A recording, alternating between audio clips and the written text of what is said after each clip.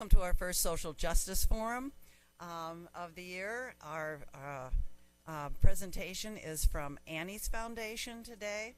Annie's Foundation, as I said during worship, was started in response to the banning of attempt to ban books in our public schools, and one of their main the women decided that they would fight back by giving back, is what they say on their website. And so one of their main purposes is to give away banned books so that they're available to everyone.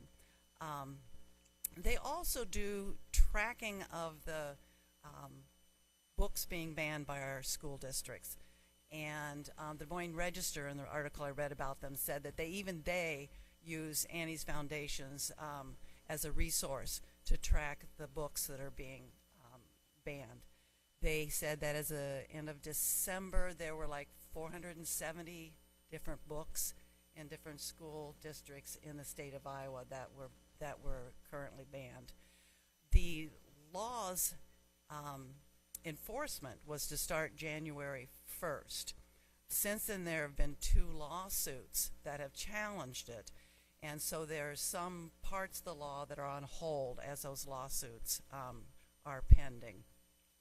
And so this very current important issue is what Annie's Foundation resists and fights back on. And so I'm so pleased to have with us today Sara Hayden Parris, as well as Niki Hartin and Jackie Chow. I'm sorry. Please give them a warm Walnut Hills welcome.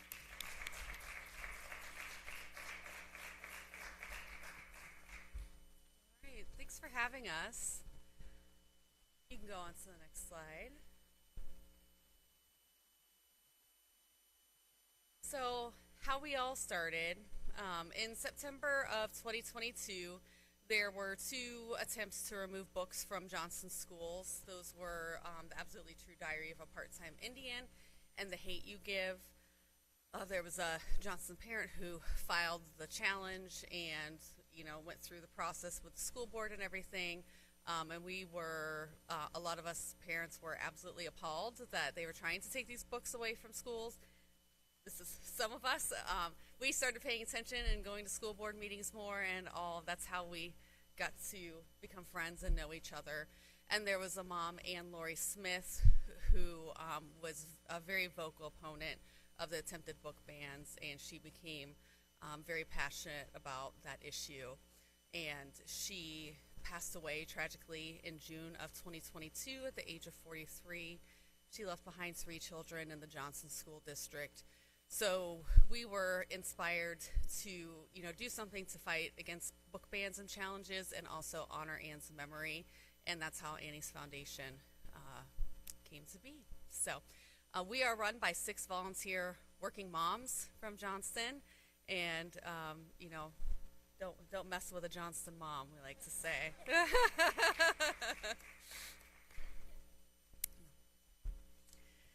So it's important to know what books are being targeted when these books are being banned and challenged. And interestingly enough, the Des Moines Register collected data on book bans and challenges in Iowa schools for the past 3 years.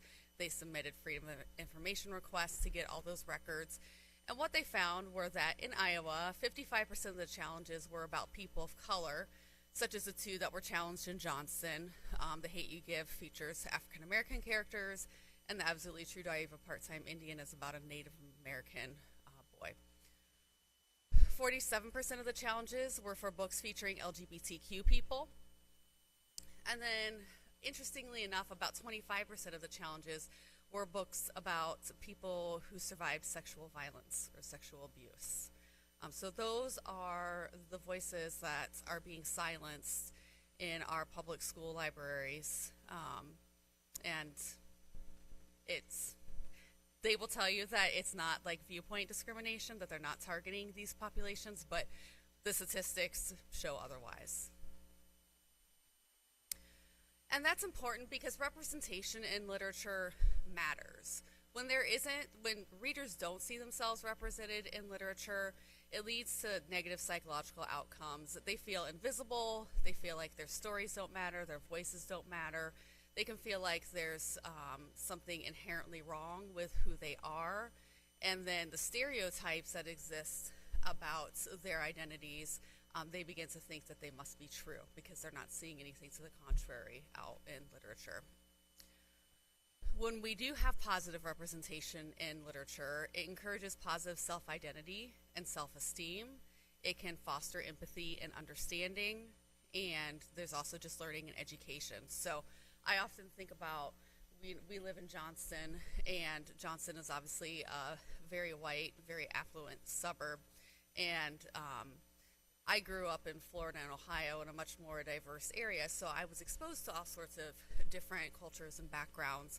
And my boys don't have that, and they enjoy some white male privilege. And how do I teach them about other people's lived experiences when they're just not exposed to that? So it's super important to me that I find other ways to expose them to diversity and other cultures and backgrounds. And one of the best ways to do that is with books. And if those books aren't available to them, then they're missing out on those opportunities as well. And as a parent, I feel like that's my job, is to make sure that they can use their privilege to understand and advocate for others. So SF 496, this is also called the Education Bill, or we refer to it as the book banning bill. But this is the law that passed last year. It was like at the end of May or early June, I believe, that the governor signed it. And it states that books must be, I guess there's two parts that pertain to books. So the first is that books must be age appropriate. Well, there's no real legal definition of age appropriate. So it's a really vague term that leaves school administrators and librarians uncertain as to how to interpret that. It basically boils down to two parts touching. So any contact that is even mildly sexual can be interpreted as being in violation of this portion of the law. It applies to all grade levels, so all books K through 12. And then an example of some of the books that were removed under this provision are The Color Purple, The Handmaid's Tale, and Sold. So certainly those are books that are for older audiences, but your 16-year-old can most definitely handle the content, most likely, and is certainly aware of most of the things in those books. The second part that affects books in SF 496 is the part that says that there's no instruction relating to gender identity or sexual orientation in grades K through 6. Again, they wrote this in a very vague manner so that it's unclear if books were meant to be included in this or if it's like really just curriculum.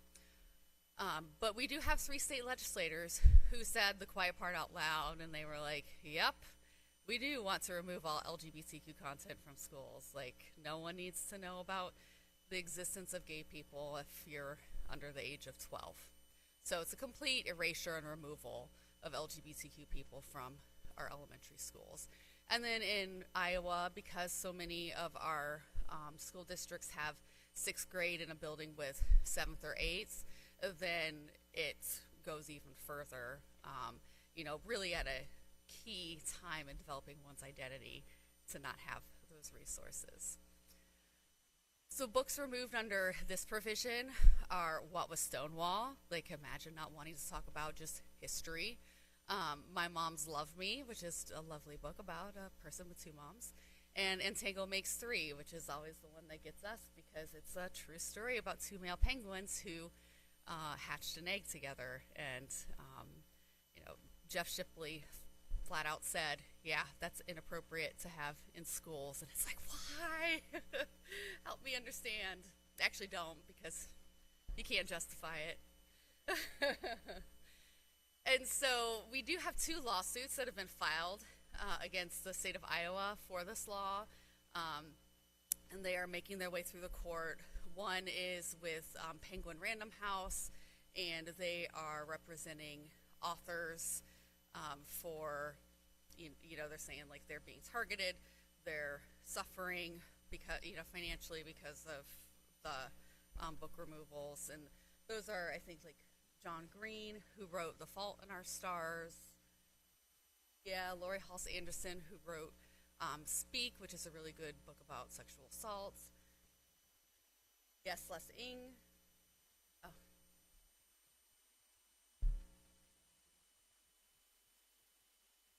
Part of that too. Yep. She wrote 19 Minutes, which is one of the most banned books. So, yeah, we have a lot of really great, renowned authors who wrote some really great books, and they're being targeted by this law. And then the other lawsuit is with, like, the State Education Association and some teachers and students who feel like they are being unfairly disadvantaged by the law. Like, you know, the students obviously not getting access to the books that she wants to read, or that often are maybe considered pretty common college prerequisites. It affects AP courses and things like that. So we're keeping an eye on those. They really haven't been in the news much lately.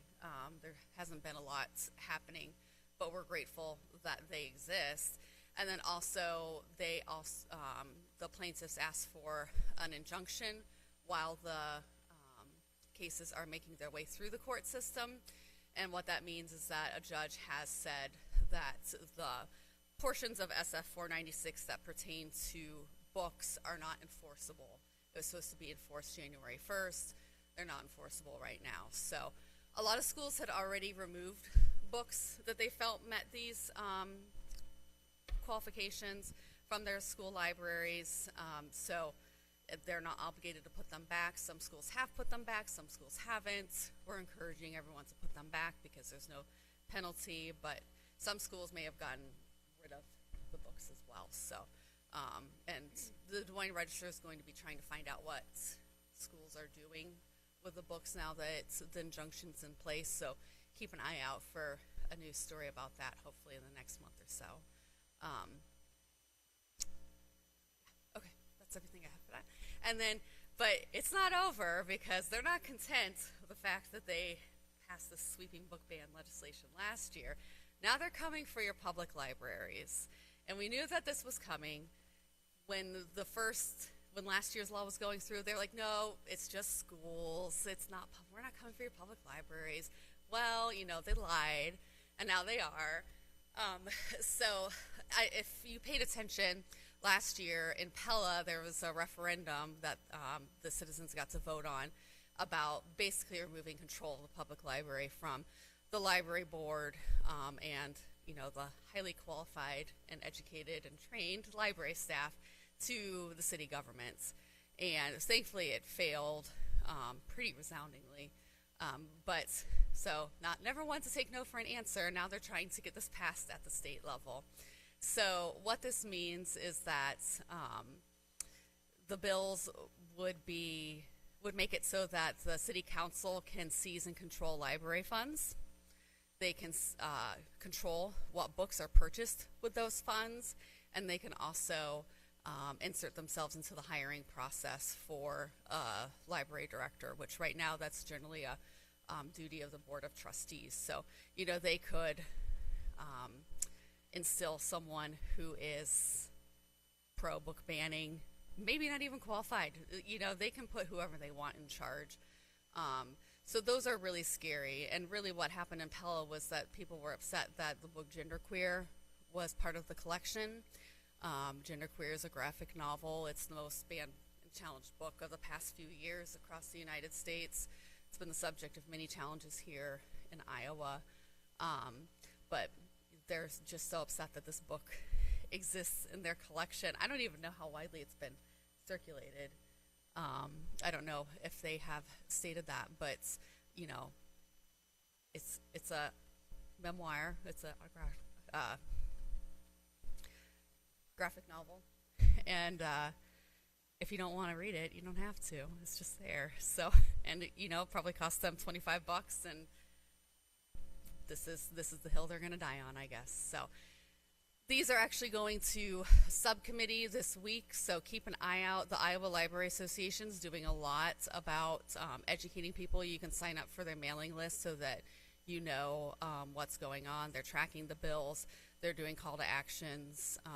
They'll provide you with links to provide public comments on the proposed legislation. So if this is something that you're interested in fighting, I would suggest going to the Iowa Library Association and checking out what resources they have. So with all of that background, what Annie's Foundation does is we have several different initiatives, and our signature event is our banned book giveaways, and we go to different events around the state, and we'll bring anywhere from 100 to 1,000 books for each event. In 2023, we held 26 giveaways. When we started, we said we were going to do one a month, so clearly we're overachievers. Yeah, so 26 giveaways, and we've already had 3 this year. And actually yesterday we were at the I'll Make Me a World in Iowa celebration that was in Clive. It's a big Black history celebration, and just celebration of Black culture in Iowa. It was super fun. It was our first year, and we handed out 498 books. So they were all by or about people of color. So we were really excited about that. We also have an annual read-in. We always do that at the last Johnston Farmers Market of the year. And a read-in is where people who like to read banned books, we just sit quietly together and read in solidarity.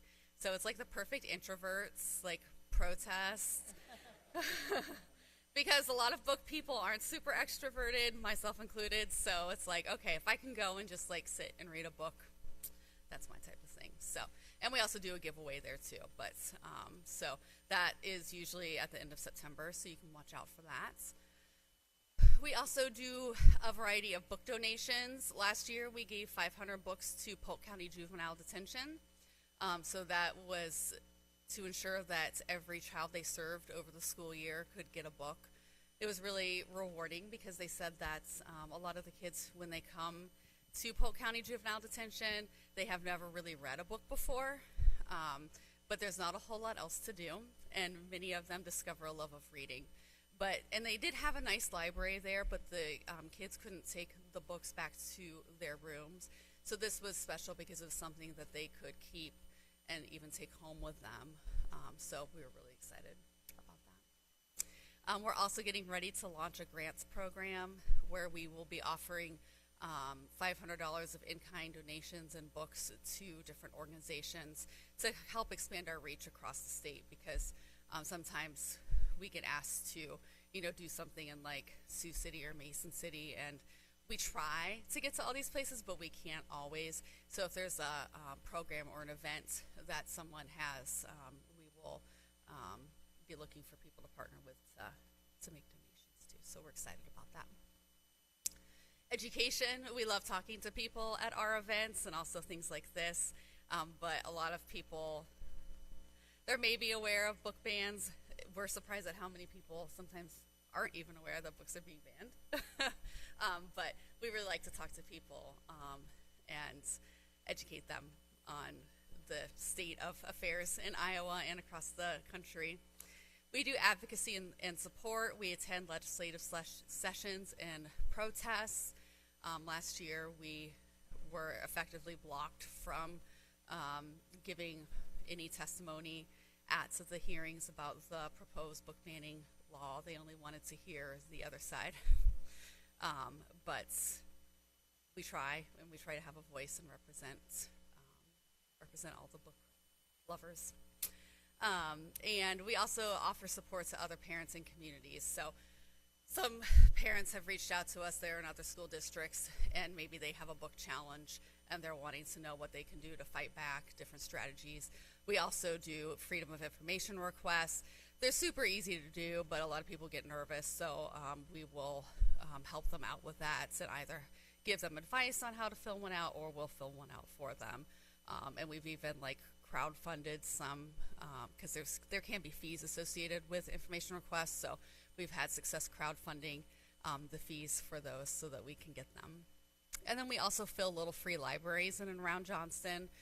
In October of 22, there was a fairly popular little free library in Johnston, and someone found the books that had been inside it in the trash can next to it. So they weren't very good at covering their tracks, but they've refilled it with Bibles.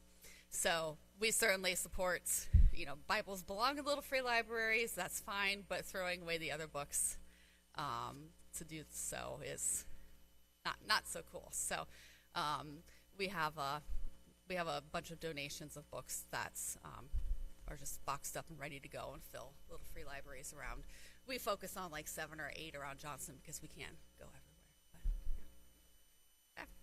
So how it's going, these are some pictures of some of our events. The one where we're all in tie-dye shirts, that was at Des Moines Pride. We were super excited to be there, and we handed out, over the 2 days, we handed out almost 800 books. We did a iCubs event last spring, and that was a really great way for us to reach out to people not necessarily from like the northwest suburbs. So we got some new followers there. On the right, top right, that's us donating the books to Polk County Juvenile Detention. We've had a drag queen story hour. That's Big Mama Jean, and she is elementary school librarian in her real life, and she's been great to work with. Then we have Nikki in Banned Book Jail. We have a photo booth that we set up some places, and then the last picture is our setup. We were at Ragbri this year. That was very miserable. It was very hot, but the picture looks really pretty. So. And then with the Urbandale book list, when that became public, we were in the news a lot. We were the first ones to get the Urbandale book list that had almost 400 books on it, and we were instrumental in getting that out and kind of getting the public all whipped up into a frenzy. And, but ultimately it worked because they very quickly backed off and cut. I mean, there's still too many books on their list, but it's down to like 70 or 80 now instead of the hundreds. So, so we've been in the news. And why we do what we do. So I love this picture. This is from Pride last summer, but the person who's like overwhelmed, and then the 2 women who are talking about the books, and we had a line that day, and it was just so great to see people who don't often see themselves represented in literature, or if they do, they might go to something and there's like 1 or 2 titles. All the titles were things that they could identify with. They all represented LGBTQ characters or authors, and the joy that they had at seeing themselves represented and having such a choice was really rewarding. So what you can do to help fight against book bans is, the biggest thing is talk to people you know about it. They might have a vague awareness of what's going on, but they may not realize the scope. A lot of people don't realize that public libraries are also under assault, so raising awareness of that is really important. You can also show up. You can go to legislative sessions, so you can watch for bills, and when they do have like public comments, you can weigh in online, or you can go when they have meetings. You're allowed to go and sit and listen at the very least, and just let them know that people are invested in these topics and care about them. Go to school board meetings. I always look at our school board agenda. It's not the most exciting thing to go to, but if there's something on there about books, or like the policy for how they acquire materials, I want to be there and here's a discussion, and there's usually public comments, or you can always email your school board as well, but pay attention. Support your public library. You can make donations, or even, I guess I'll let Jackie say a little bit because she works at the Urbandale Public Library, but support them because they're under fire as well. Yeah, I mean, I just started working at the public library in July. I worked in school library for 10 years, and I love working at the public library. It's so much fun, but one of the things I love about it is, like, it's my job not to judge people. And that's just so liberating. Like, I don't care what you're here doing on the computer. I don't care what you're checking out, but you have the freedom and you have the access to the information, and I'm hopeful that if they are going to come after public libraries, that people on all sides will realize that, like, this is attack on, you know, my freedoms, no matter how you vote. So that's what I'm hoping for common sense, but I've been disappointed before. But yeah, so I mean, at Urbandale, I'm not aware of. I don't think we get too many like challenges, but you know, I feel like what's happening is kind of like a disease, and people will start like, I don't know, you know, if it started in the schools, I'm afraid they're going to come after public libraries now about content and stuff. So, yeah. Yeah, so like one of the things that I've learned is that like librarians are awesome, and like they are super dedicated to protecting like your First Amendment rights and like freedom of intellectual access to information. They take confidentiality very seriously. So support them. Tell them thanks when you see them.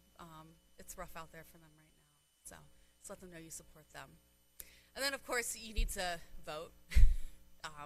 Elections have consequences, even local ones. So don't ever think that that doesn't matter. And then offer diverse books as you're able. You know, if you are able to purchase books, you know, make sure that you expand your horizons. And then you might be surprised, and then you can recommend them to friends and things like that. And this is some of the books that we've given out, but yeah, you know, reading does cause empathy, tolerance, and kindness. So those are all things that I think we would like to see more of in this world. And then this is how you can get in touch with us. So now I guess we'll have a question and answer session.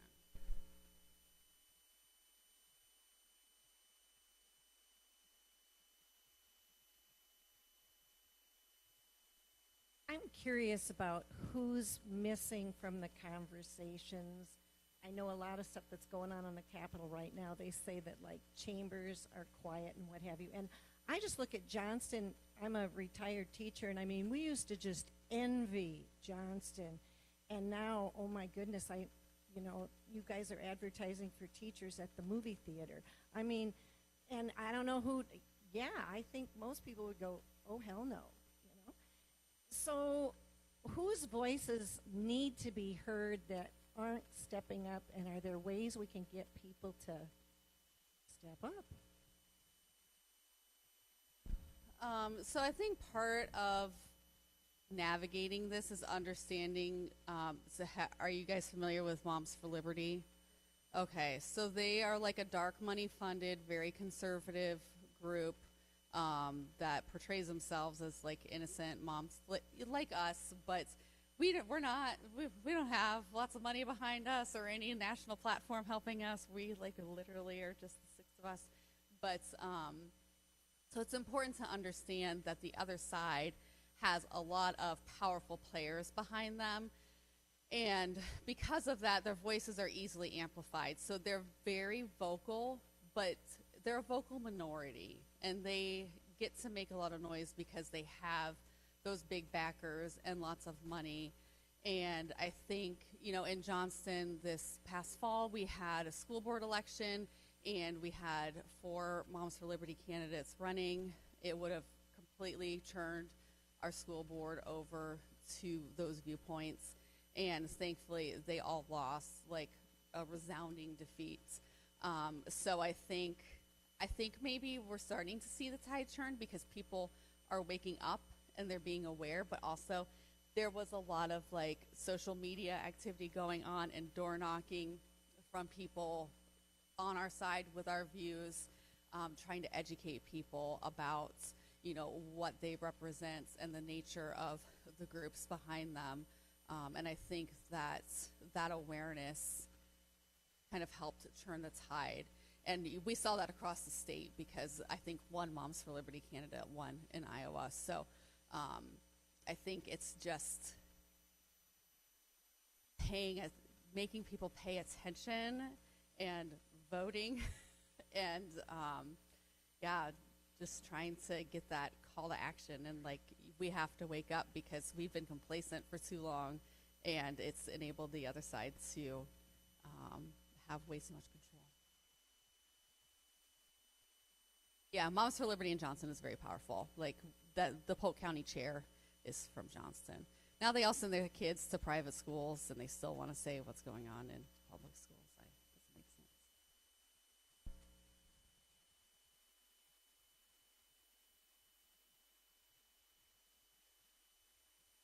I've checked out some of these books to read just because I wanted to educate myself on what's being shown.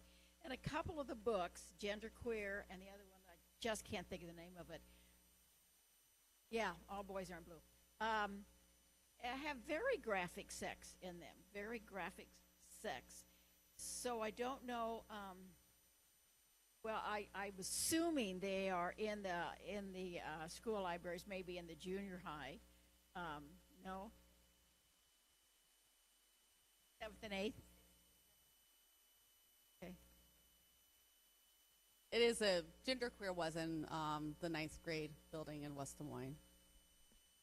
And I need to be educated as to why those particular books with the very, very graphic sex. I mean, I have an idea of why they're important, but why are they important for that age? Yeah, so there's a variety of resources for that. Genderqueer is a good study because it's been challenged in so many school districts in Iowa, and I think in all but one, it's been retained. And usually when there's a book challenge, the book review committee usually has a couple school board members, parents, a teacher, and then usually students, although now students aren't allowed to be on book reconsideration committees because of the legislature.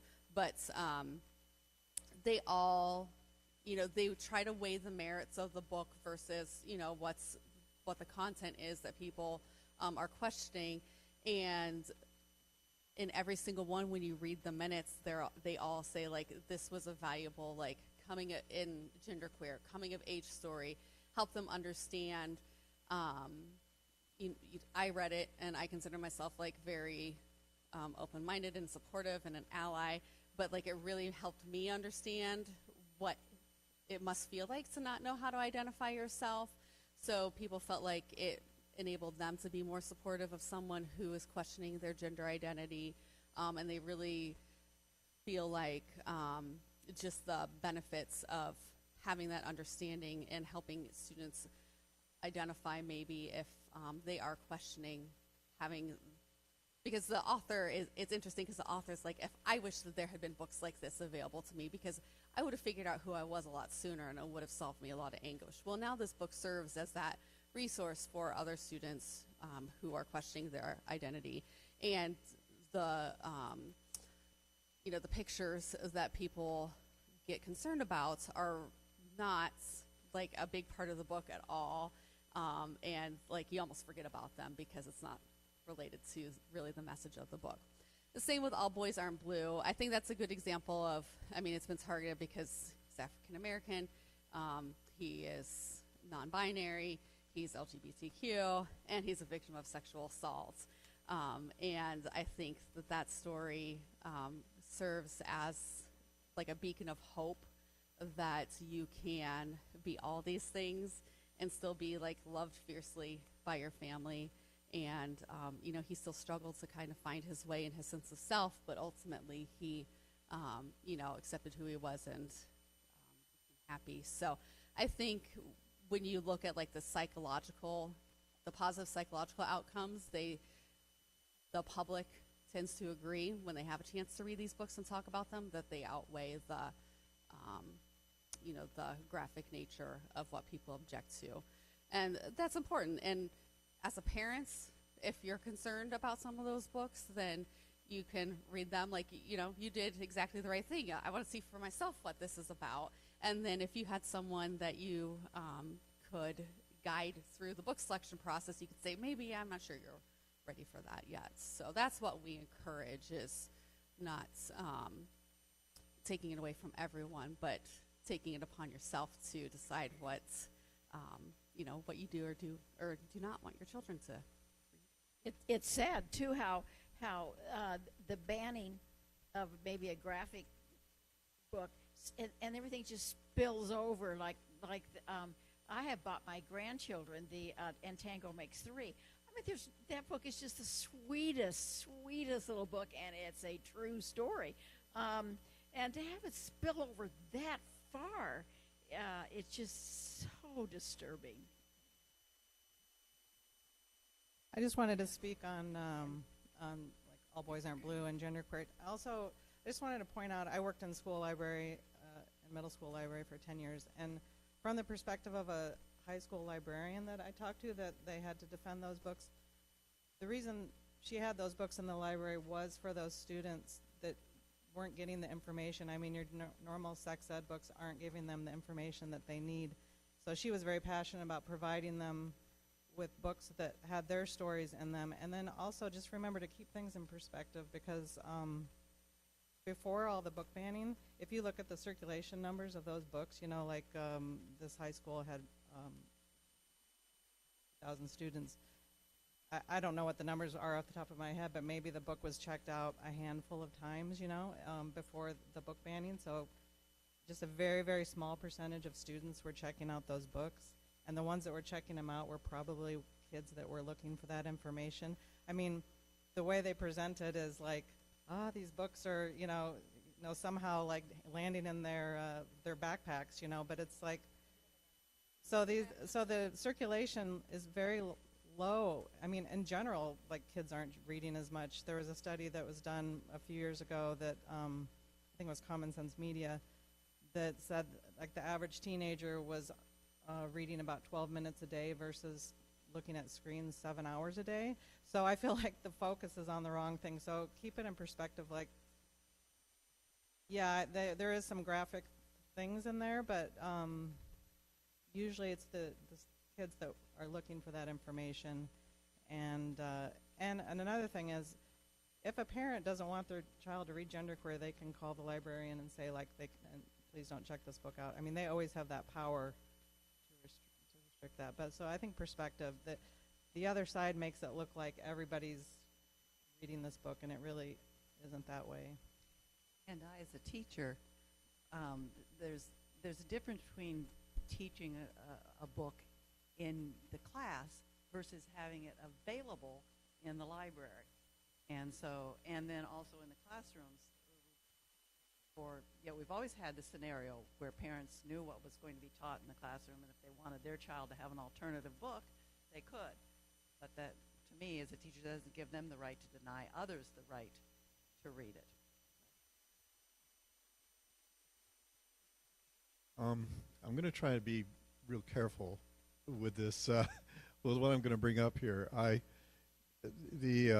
When you mention Moms for Liberty, which is a group that only recently has formed, basically because of their hang-ups on sex and the portrayals in books like these.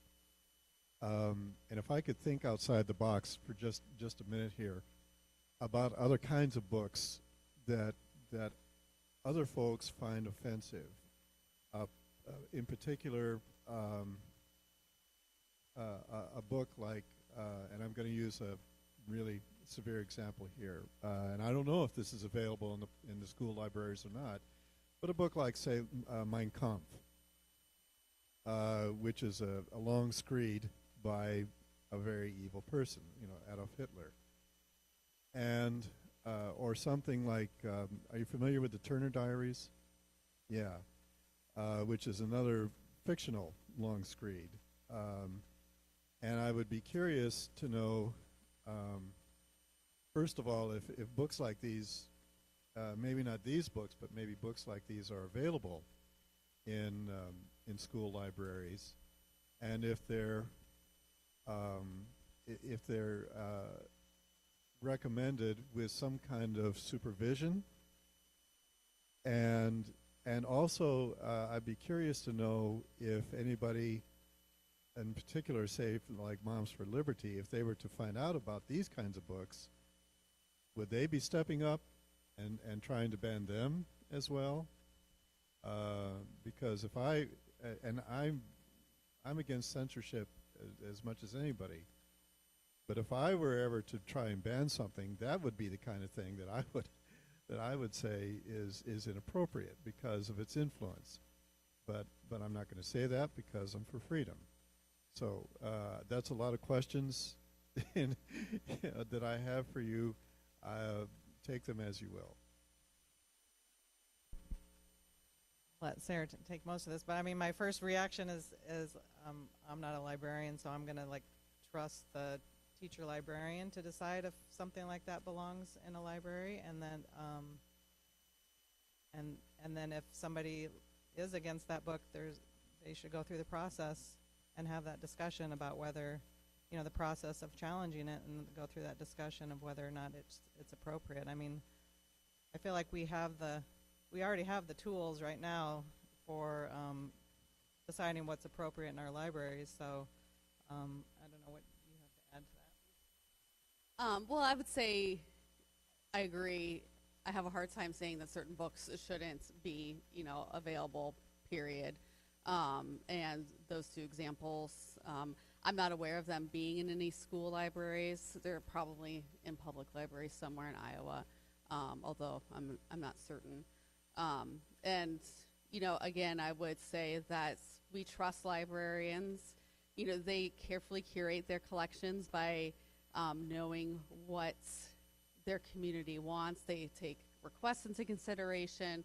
They look at other things that are popular in circulation. So, you know, if they did think that there was a reason for one of those books to be in the collection, you know, to better serve their community, then I think, you know, that's librarians have master's degrees. They're very educated. I would trust them in their professional opinion. And I think that's a lot of kind of what we're seeing with groups like Moms for Liberty, is that it's this like death of expertise where we don't value, and they don't value education. So ultimately that's kind of where that comes from. But just like I trust the librarian to have appropriate materials in the library collection, I trust my teacher to have appropriate lesson plans and know what's important to teach my kid, because I'm not a teacher either. So, you know, deferring to those people who have that education and the expertise. And I don't know that if Moms for Liberty knew about those books, I think that they might try to take it up as like a token cause to say, like, see, we're not just targeting LGBTQ and people of color. But I often think of, you know, the kinds of books that they don't target either, which, you know, they're so appalled at like the sexual content in a lot of these books. But, you know, people our age grew up reading V.C. Andrews and Flowers in the Attic, and that's like, now that I'm an adult, I'm like, wow, that was disturbing, and like we probably shouldn't have read that. And you know what? We turned out okay. So, you know.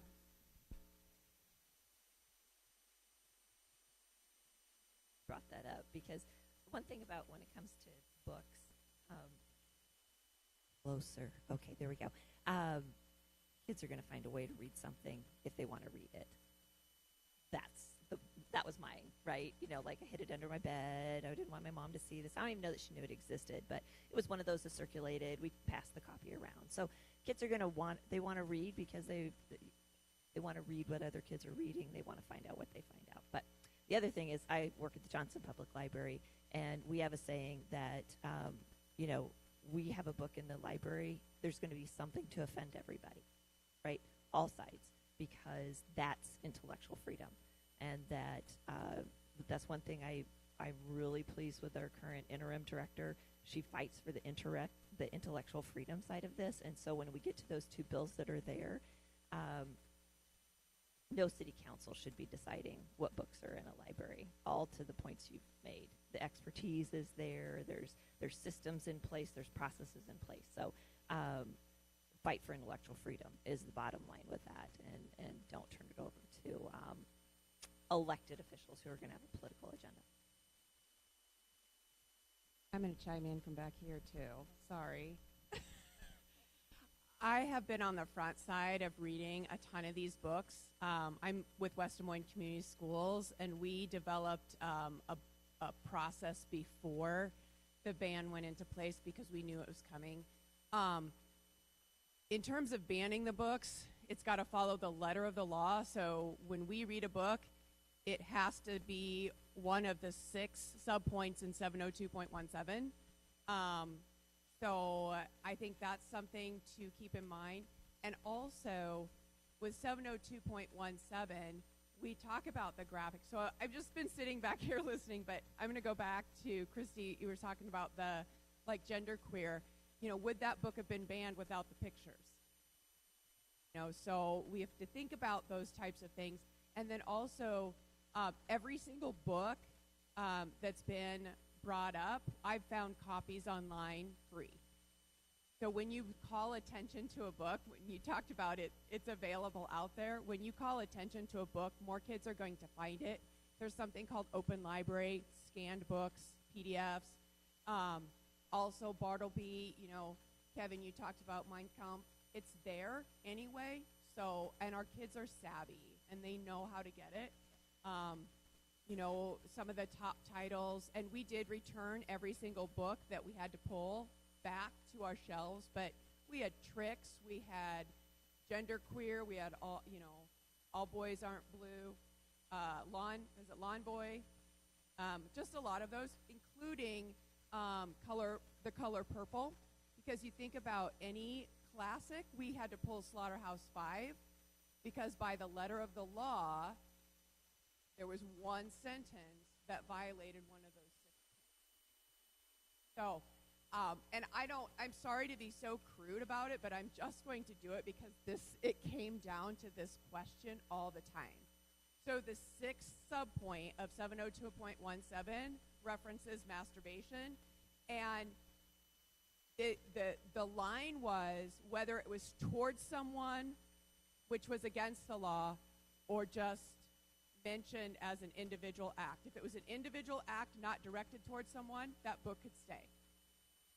So you have to think about it even in how these laws are written and then how they're interpreted. But we stuck to the letter of the law, and did it violate or did it not? Thank you. Thank you for all your work you did. That's amazing.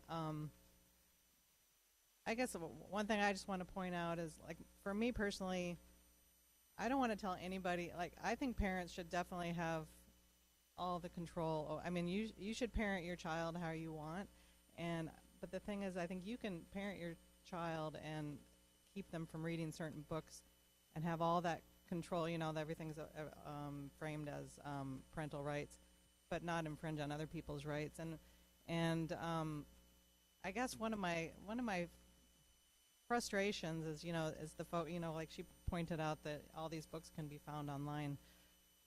We have to we need to teach our kids critical thinking skills, and whatever your values are as a family, teach those to your child and talk to them about what they're reading, instead of trying to go out ahead of them and clear the way, because I just worry about kids when they get into, when they become 18, then they can do whatever they want. And if they've not learned those skills of filtering out information or content that makes them uncomfortable, or learning that power of I can close a book that I don't want to read, or I can talk to somebody about it if I have questions.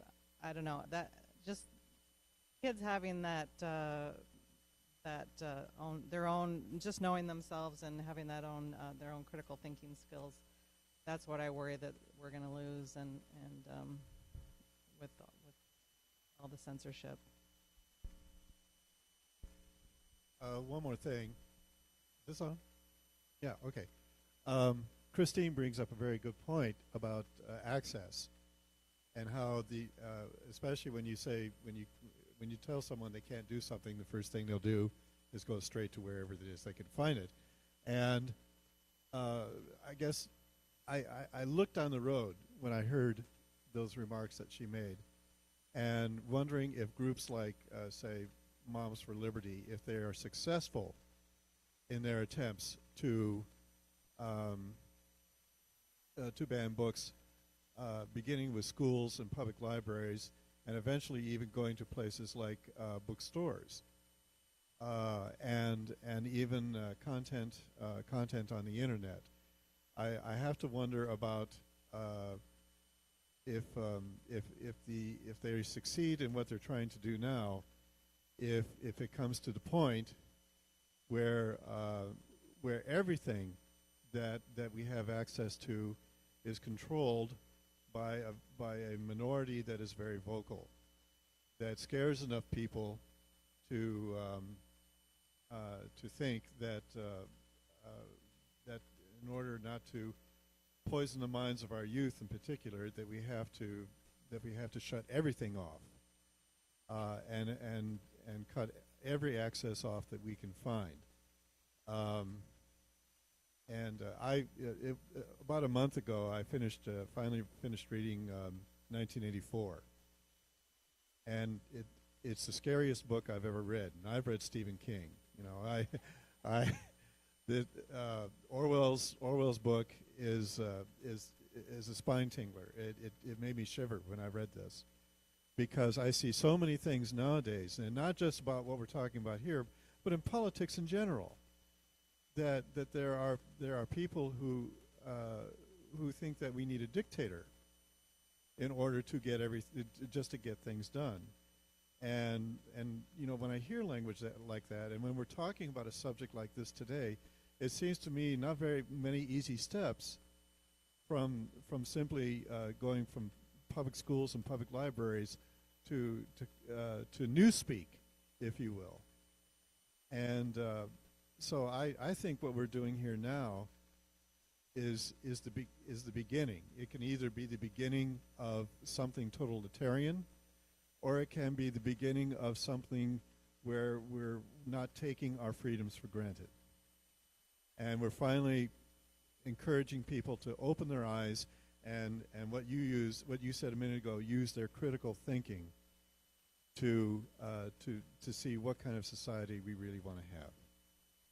And I will just add quickly, because I know there's still more questions, but they did go after bookstores in Virginia last year. They tried to make certain books where you had to have an ID and prove that you were 18 to buy. I know Genderqueer was one of them, and I can't remember what the other one was. But so, you know, it's happening. I just wanted to note that banning books doesn't literally ban the books. It bans your access to the books. The books are still there, and the people that are behind this are only delaying the kids' opportunity to read them. They will eventually read them, and at some point they're going to say, why wasn't I able to see this before? And it comes back around. And it's still horrible. Don't get me wrong. We shouldn't be saying, oh, it's okay to ban them, because they'll get to them eventually. But the whole point behind it on their side of Moms for Liberty and the legislators doing that is it's a false assumption. And I don't know why they don't figure that out, except they haven't read enough books, apparently. They never read the books.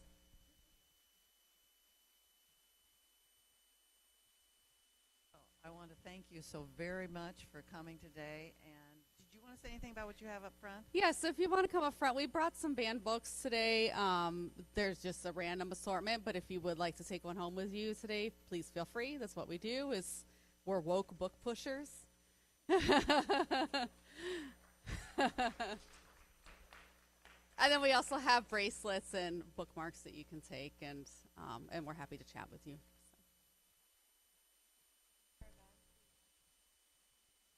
Come to any of our events, we try to have books that are related to certain areas. Like if we go to West Des Moines, we try to supply books that are being pulled from West Des Moines area or so forth around the state. So we often have different books at all of our events. You can come to and build your collection. So. Yep, you sure can.